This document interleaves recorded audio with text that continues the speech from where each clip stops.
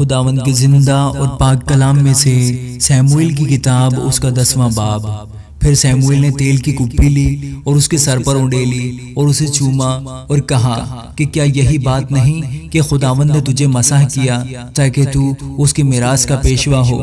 جب تو آج میرے پاس سے چلا جائے گا تو زلزلہ میں جو بنمیان کی سرحد میں ہے راخیل کی گور کے پاس 2 شخص تجھے ملیں گے، اور وہ تجھ سے کہیں گے وہ گدھے جن کو تو ڈھونڈنے گیا تھا مل گئے، اور دیکھ اب تیرا باپ گدھوں کی طرف سے بے فکر ہو کر تمہارے لیے فکر مند ہے اور کہتا ہے کہ میں اپنے بیٹے کے لیے کیا کروں۔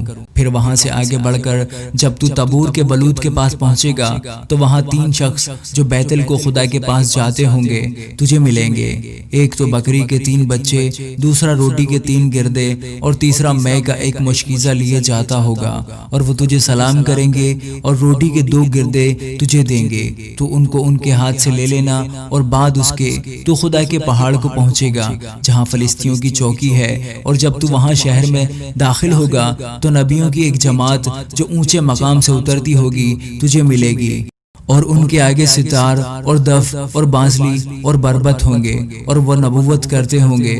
تب خداوند کی روح تجھ پر نازل ہوگی اور تو ان کے ساتھ نبوت کرنے لگے گا، اور بدل کر اور ہی آدمی ہو جائے گا۔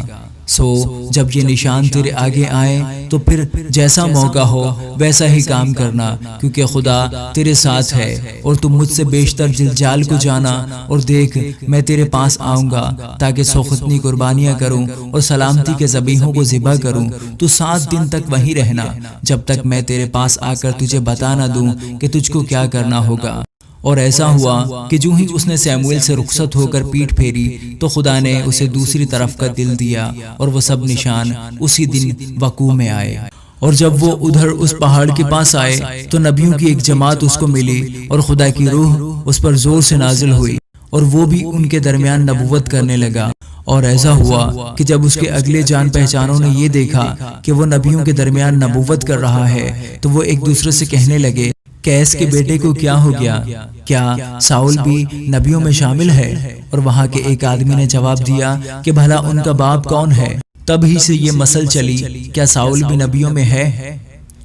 اور جب وہ نبوت کر چکا تو اونچے مقام میں آیا۔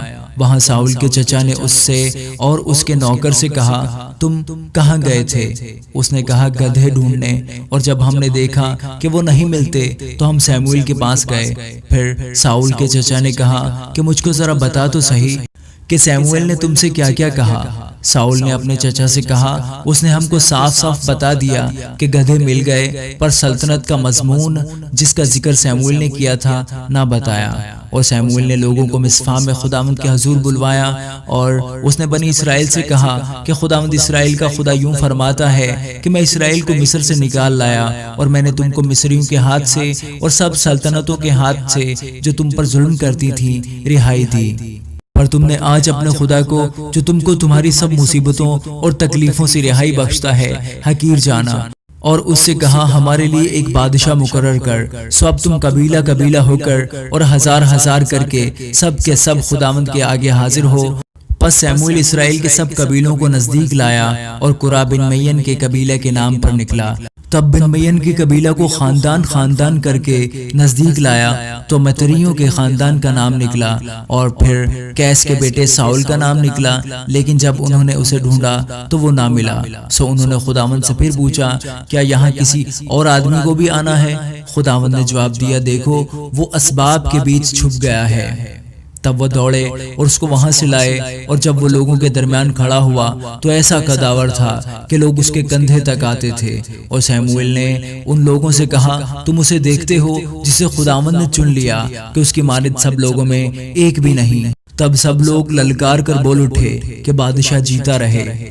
پھر سیموئیل نے لوگوں کو حکومت کا طرز بتایا اور اسے کتاب میں لکھ کر خداوند کے حضور رکھ دیا۔ اس کے بعد سیموئیل نے سب لوگوں کو رخصت کر دیا کہ اپنے اپنے گھر جائیں، اور ساؤل بھی جبا کو اپنے گھر گیا، اور لوگوں کا ایک جتھا بھی جن کے دل کو خدا نے ابھارا تھا اس کے ساتھ ہو لیا۔